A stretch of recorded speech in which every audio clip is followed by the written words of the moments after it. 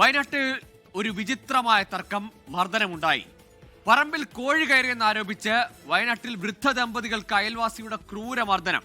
Kambalakkad ചുണ്ടക്കര Ottaplackal Lancy Thomas Ammini ദമ്പതികളുടെ കൈകൾ തല്ലിയൊടിച്ചു. അയൽവാസിയായ തോമസ് വൈദ്യർ മർദ്ദിച്ചെന്നാണ് പരാതി.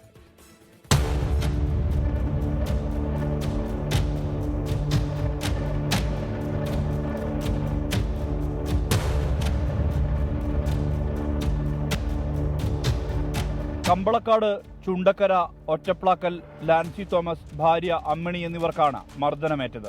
അയൽവാസിയായ തോമസ് വൈദ്യരാണ് ഇവരെ മർദ്ദിച്ചത്. ഇയാൾക്കെതിരെ കമ്പളക്കാട് പോലീസ് വിവിധ വകുപ്പുകൾ പ്രകാരം കേസെടുത്തു. മർദ്ദനത്തിൽ ലാൻസിന്റെ ഇരു കൈകളും അമ്മിണിയുടെ കൈയും ഒടിഞ്ഞിട്ടുണ്ട്. അമ്മിണിക്ക് തലയ്ക്കും കാലിനും പരിക്കുണ്ട്. കോഴി അവന്റെ മുറ്റത്ത് കയറിയെന്നും പറഞ്ഞിട്ടാണ് ഒരു കാരണം. അവൻ വന്ന് വേഗം ഒച്ചപ്പാടുണ്ടാക്കി കെട്ടിയാനെ അടിച്ചു, പെരയ്ക്കകത്ത് കയറി അടിച്ച് ഒച്ച കേട്ടോണ്ട് ഞാൻ ചെന്ന് പിടിക്കാൻ ചെന്നതാണ്. കെട്ടിയൻ്റെ ചേട്ടൻ്റെ കൈ സുഖമില്ലാത്ത ഇരിക്കുന്ന മനുഷ്യനാണ്. അതിൻ്റെ കൈയും രണ്ടും തല്ലി പിടിച്ചു. ഞാൻ ചെന്നപ്പോഴത്തേനും എന്നെയും അടിച്ചു. വർഷങ്ങൾക്ക് മുമ്പ് ഇരു കുടുംബങ്ങൾക്കുമിടയിൽ വഴിത്തർക്കവും മറ്റും നിലനിന്നിരുന്നു. മുമ്പ് ഒരു തവണ തോമസ് ലാൻസിനെ ആക്രമിച്ചതായി പറയുന്നുണ്ട്. അന്ന് ലാൻസ് അറിയാതെ പോലീസ് പരാതി ഒതുക്കിയതായും ആരോപണമുണ്ട്.